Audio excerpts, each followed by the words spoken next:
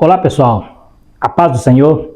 Estamos de volta, né? Ficamos um tempo afastado aí, mais de um mês sem estar lançando as lições por motivos particulares, mas agora esse ano, se Deus quiser, 2024, estaremos pegando firme. E você que é inscrito no canal, quero te pedir perdão por não ter lançado as lições, né?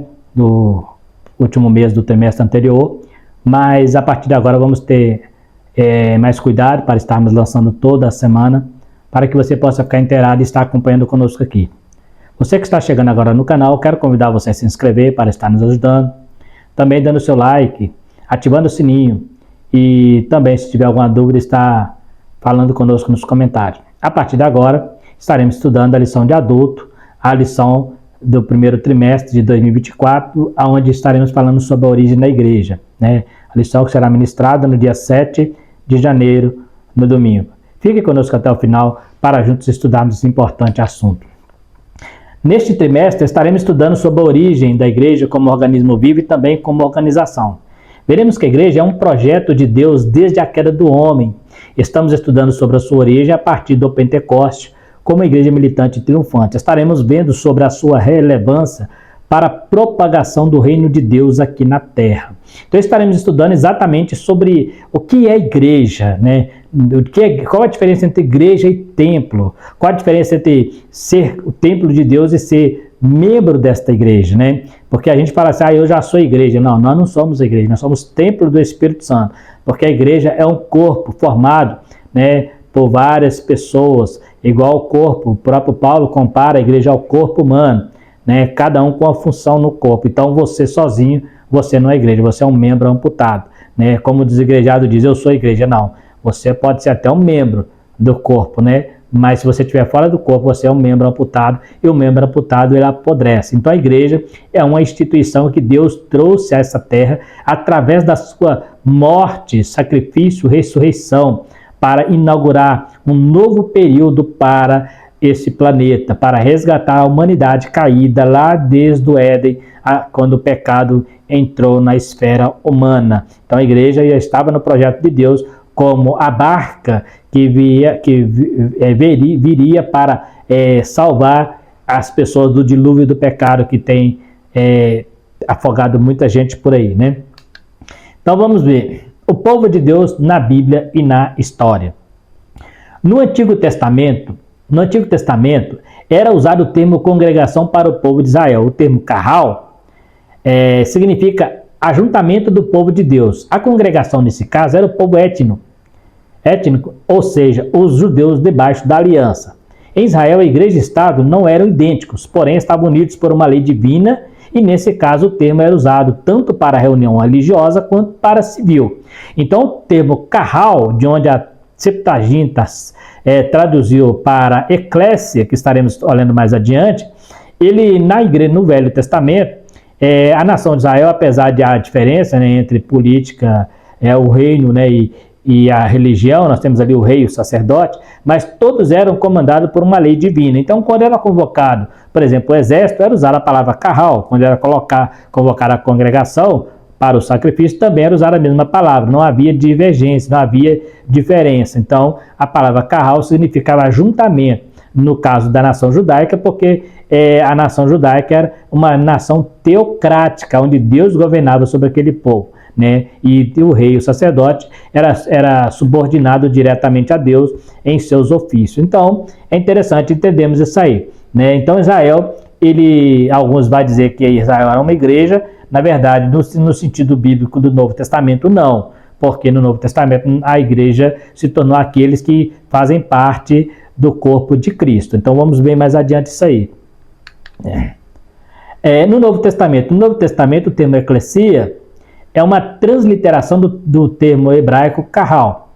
Porém, aqui não se refere a um povo étnico, como é o caso da nação judaica, mas a todos que pertencem à igreja. Antes de se referir à igreja, esse termo já era usado para a convocação de assembleias gregas. Então o termo eclésia é um termo emprestado também, né, da cultura grega, né, onde reunia as assembleias de senadores. Ali também usava um ajuntamento, uma congregação, e o que parecia ele era o termo eclésia. Lógico que não está referindo ali a um ajuntamento religioso, mas um ajuntamento civil, né? O termo é derivado de duas palavras gregas, ek, que significa fora de, e kaleo, que significa chamar, os chamados para fora. Então era um chamado. Quando ali o imperador, né, convocava as pessoas, era o termo que era usado lá no grego. Kaleo, de onde surgiu a palavra eclesia, que é uma transliteração da palavra carral. Então no Velho Testamento, carral é convocação, tirados para uma situação, para, né, convocados. No Novo Testamento a mesma coisa. Então é interessante nós entendermos que a palavra eclesia, antes dela se dirigir, se definir a igreja, definir como igreja, ela já tinha um uso comum dentro da cultura grega e também no Velho Testamento. Na história cristã, na história até antes da reforma, os pais da igreja começaram a ensinar sobre o governo da igreja na autoridade papal dos sucessores de Pedro. Depois da reforma, isso foi quebrado. A ideia de sucessão dava à igreja como organização a autoridade máxima sobre a salvação. Em um livro apócrifo, segunda epístola de Clemente, se afirma que a igreja existia antes do sol e da lua, mas era invisível, espiritual e estéril. Bonifácio VIII, ele afirma que não há salvação fora da igreja. Então a gente vê aqui como que a igreja medieval, principalmente a medieval, ela tomou para si essa autoridade, colocou-se como mediadora entre Deus e o homem. Né? A igreja e a organização, ela se colocou acima do organismo vivo. Né? Então esse problema é que fez com que a igreja mais para frente, ela saísse fora do caminho. Né, porque eles passaram a se sentir donos da salvação, e nós temos aqui Bonifácio, né, que ele cunhou, né, lá em 1294 a ideia de que a igreja não há salvação se não congregar. Ele não está falando fora da igreja do corpo de Cristo não, porque realmente, se tratando do corpo de Cristo, não há salvos fora do corpo de Cristo.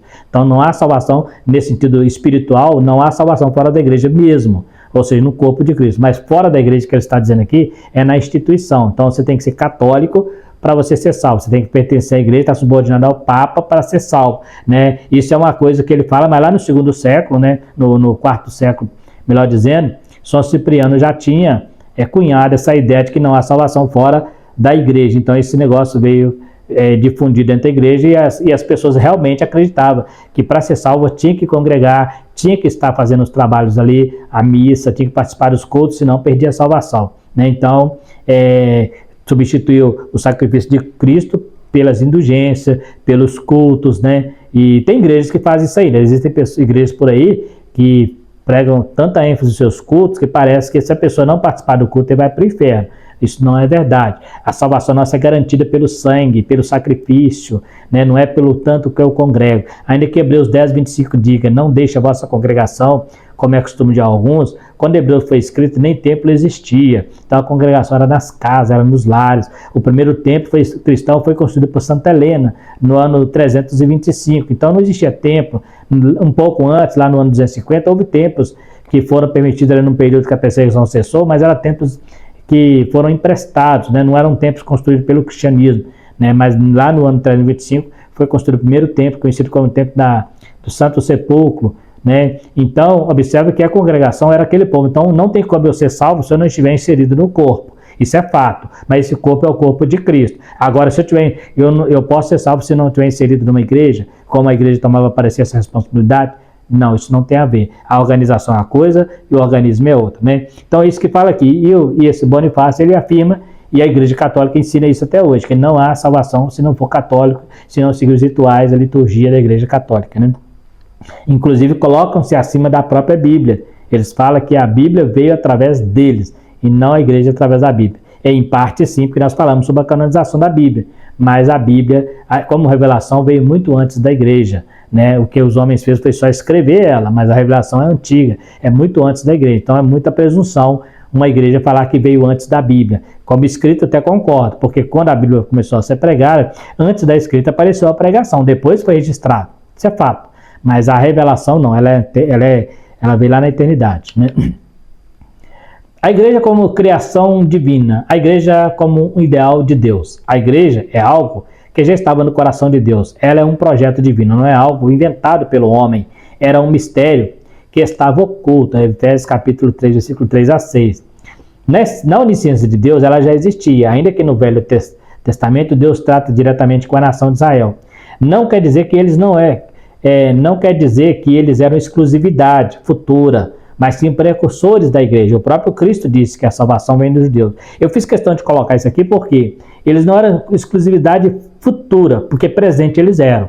Quando Deus chamou, ele falou assim: vocês são para mim povo escolhido, nação santa, assim como depois Pedro usa essa mesma expressão para a igreja, né?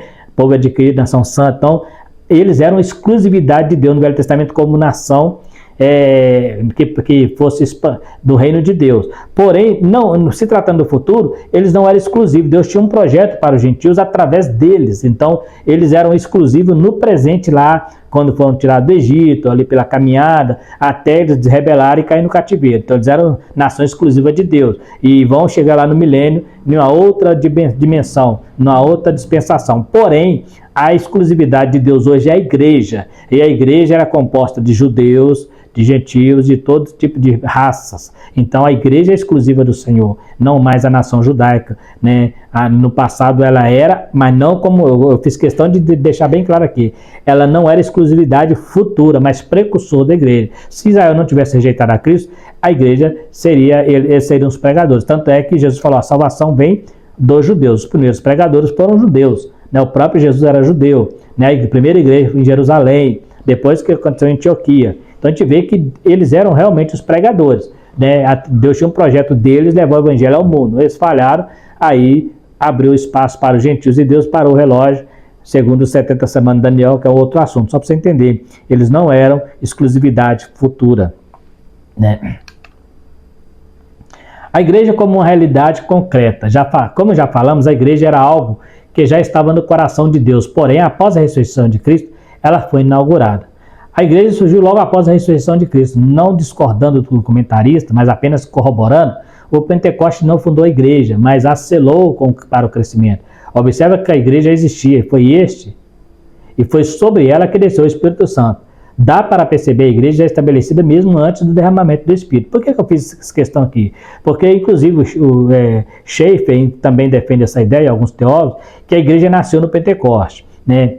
Como uma igreja militante, triunfante, poderosa, sim, né? A igreja não seria nada sem a presença do Espírito Santo. O próprio Jesus falou assim: ficar na cidade de Jerusalém até que do alto seja revestido de poder. Então, mas desceu sobre a igreja. Você vai ver isso, eu citei aqui Atos 1,14, eles colocando até um outro apóstolo no lugar de Judas. Então já existia ali um grupo de pessoas que já se reunia em nome de Jesus. Só faltava para eles o derramamento do Espírito Santo. Então, igual eu falei, eu não estou discordando do comentarista no quesito de poder, porque a igreja sem o Espírito Santo ela não seria nada, mas Deus já tinha projeto para isso. Então a igreja nasce após a ressurreição de Cristo, quando ele assunta o céu, aí sim, a partir dali a igreja começa então a caminhar, e você vai encontrar em Atos 1,14 a igreja reunida e inclusive orando, né? E foi através da oração que o Pentecoste desceu. Então, para mim, na minha opinião, né, a igreja nasce um pouco antes do Pentecoste. Jesus ressuscitou 40 dias depois do Pentecoste desce. Então já existia uma igreja formada. Porque se eu falasse que a igreja nasceu no Pentecoste, eu teria que dizer que a igreja batizou alguém e esse alguém começou a pregar o evangelho e ali surgiu a igreja. Mas não foi isso que aconteceu. Quando a igreja batizou, quando o Espírito Santo batizou, os que estavam ali já tinha 120 pessoas reunidas ali naquele lugar. Então já tinha uma igreja formada. Nós estamos falando de eclésia. O que é eclésia? Um povo separado. Um povo que já não convivia mais dentro do judaísmo, já com os costumes judaicos, já cria na ressurreição, cria em Jesus Cristo. Então, é uma eclésia. Então, a eclésia estava formada. Talvez, vamos dizer que ela estava formada como organização. Ela se tornou um organismo vivo a partir do derramamento do Espírito. Isso aí nós podemos concordar. Então, ela como um organismo vivo, ela nasce no Pentecoste, mas como organização, ela nasce um pouquinho antes, né? Só para a gente ficar interagido nisso aí, beleza?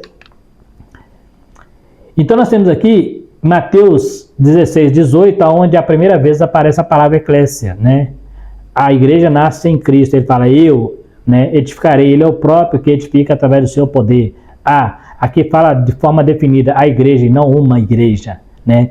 Eu edificarei a igreja, não é uma igreja ou várias igrejas. Não existe várias igrejas, existe uma igreja distribuída. A igreja que está em Éfeso, a igreja que está em Esmina, é a mesma igreja, só o local é que muda, mas a igreja é a mesma, o corpo é o mesmo. Então é a igreja, é um artigo definido no singular, não é as igrejas. Quando fala as igrejas da Ásia, está falando o ajuntamento de congregações naquela região. mas não está falando das igrejas no sentido plural, porque a igreja é uma só, é a noiva de Cristo, né? A minha é a igreja exclusivamente de Cristo, é a sua propriedade peculiar. Falamos aqui sobre a nação de Israel, que era uma propriedade peculiar de Deus. Deus separou ele entre os gentios e através da chamada de Abraão para fazer com eles uma aliança. Mas agora, essa aliança agora é transferida para a nova aliança que é Cristo. Então hoje a igreja ela é exclusividade de Jesus e quem quiser ir para o céu tem que passar, tem que entrar para esta igreja, voltando a dizer, igreja como organismo, não como organização, né? Ela tem que estar dentro dessa igreja. Como organismo eu posso dizer com muita tranquilidade, não há salvação fora da igreja, né? O membro fora da igreja é um membro amputado, mas eu não posso dizer que não há salvação fora da igreja A ou da igreja B, como a católica tomou para si esse título, né? Igreja, eclesia, separado para um propósito de Deus. Então, Jesus fala, eu edificarei a minha eclésia, né? Então observa aí que é tudo vindo de Cristo e volta para Cristo, né? Igreja no Pentecoste. Como dito anteriormente, o Pentecoste veio para dar poder à igreja já estabelecida. A partir do Pentecoste é Lucas que começa a contabilizar o crescimento da igreja em expressões numéricas. A partir daí a igreja começa a sair do meio judaico para o mundo. Então por que alguns comentaristas, inclusive Schaeffer, né, um teólogo sistemático, né, que afirma que ela nasceu no Pentecoste? Porque a partir daqui começou a contabilizar, mas eu não posso usar isso como base, por quê? Porque você vai encontrar só algumas referências. Lucas é o narrador, ele está narrando uma história. Então ele começa a contar, foi para 3.000, depois para quase 5, depois ia crescendo o número, depois parou de contabilizar. Você não vai encontrar mais lá no final do livro de Atos essa contagem, mas não, parou de contabilizar porque foi crescendo em número. Então o que acontece aqui é a expressão numérica. Observe que o próprio Lucas cita que havia 120 pessoas do cenáculo. Essas 120 já era uma contagem. Então, se eu falar que é porque ele começou a contabilizar, eu estou dizendo então que Lucas entende que a igreja existe antes do Pentecoste, porque ele fala, estava 120 reunidos no mesmo lugar. Então, reunido, a palavra ali é eclésia, a igreja já estava reunida. Só para entender isso aí, né? Mas isso não muda nada o fato de ser antes ou depois, né? Só para efeito de estudo mesmo. A igreja como uma comunidade dos salvos, regenerados pelo sangue. A forma de entrar para a igreja é através do arrependimento dos pecados para a regeneração. E não se entra para a igreja por adesão, mas pela conversão, ou seja, metanoia, mudança de mente. Só pode fazer parte da igreja pessoas que aceitam a Cristo e seus ensinos. Não há igreja fora destes princípios. Então, se a pessoa não aceita os ensinos de Cristo, não aceita a Bíblia como seu manual de instrução, tem colocado subterfúgios para que as pessoas permaneçam na igreja, é provável que essa pessoa não está numa igreja que pertença ao corpo, porque é metanoia, mudança de mente. Então, entrar para a igreja não é aderir. Existem muitas pessoas que aderiram à igreja, mas entrar para a igreja é se converter, é mudança de vida, é reconhecer o pecado, se arrepender e pedir a Deus a transformação, né? Venha do jeito que você estiver, mas deixa Deus mudar a sua vida. Venha do jeito que você está, mas deixa Deus transformar. A Bíblia fala para você vir do jeito que está, mas não fala para você permanecer. A Bíblia fala que quando Jesus perdoava pecado, ele fala assim, vá, mas não cometa mais pecados, não peques mais. Então eles exigem um limite. O pecado é até encontrar a Cristo. Encontrou a Cristo, dali para frente, vive uma vida de santificação para continuar fazendo parte da igreja, vive uma vida santa para continuar fazendo parte, uma mudança de mente. Então aquilo que eu cometia no mundo na ignorância do pecado, agora eu tenho consciência. Então, ir para a igreja usando de subterfúgio o amor de Deus, porque Deus amou, mas se mesmo Deus de amor vai mandar muita gente para o inferno, é só ler Apocalipse, né? Aqueles que não aceitam a Cristo serão lançados no inferno, aqueles que não obedecem a sua palavra, aqueles que não obedecem e querem viver na prática do pecado, esses não entrarão no reino dos céus, isso é fato. Não adianta eu querer tampar o sol com a peneira, essa verdade será revelada muito breve, né? Não há igreja fora desse princípio. Então a pessoa funda a igreja, mas a igreja que pode tudo, que não tem doutrina, que não segue a palavra, não é igreja, é ajuntamento de pessoas sem compromisso, né? Selados pelo Espírito Santo. Como já dito, o batismo veio como um selo na igreja, o que a faz diferente de qualquer movimento social ou filosófico. O batismo veio para autenticar a igreja como morada de Deus, representante na terra. A igreja sem esse selo seria só mais um movimento.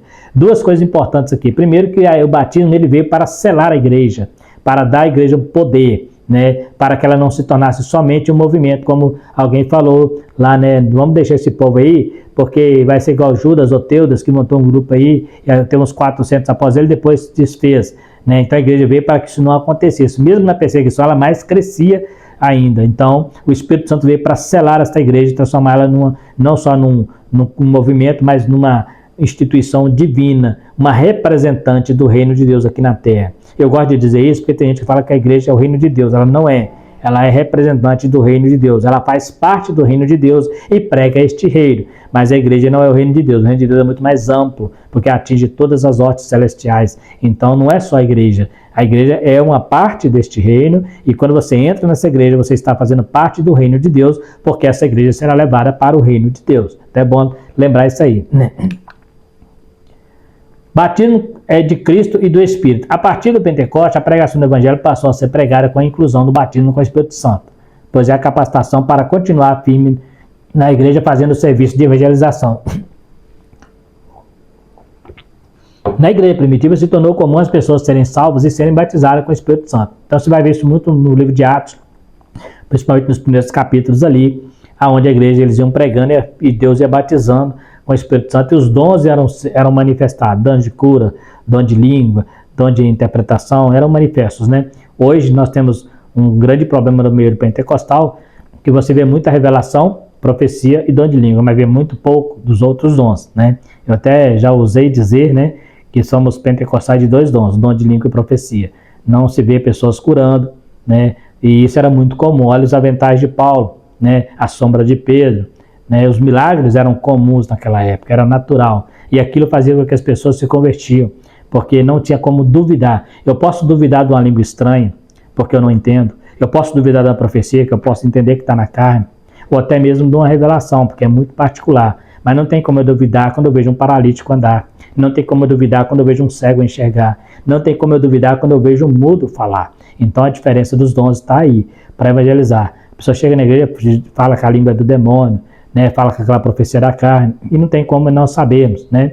A revelação pode ser coisa da cabeça da pessoa, mas quando você vê ali com seus olhos, né, muito nítido como era na igreja primitiva, então a partir do Pentecoste, a igreja começou as pessoas aceitarem a Cristo e ser batizadas com o Espírito Santo, e logo em seguida eram usados nos dons espirituais. A igreja de Corinto, inclusive, nós estudamos em lições anteriores que eles tinham todos os dons espirituais ali, né? Mas isso não faz da igreja uma igreja santa. Observa que também eram chamados de carnais. Tem gente que confunde muito isso. A igreja, o crente cheio do Espírito Santo, batizado com o Espírito Santo, não quer dizer que ele é mais santo do que o que não é. Porque o que define a sua santificação não é os dons, mas é o fruto do Espírito, né?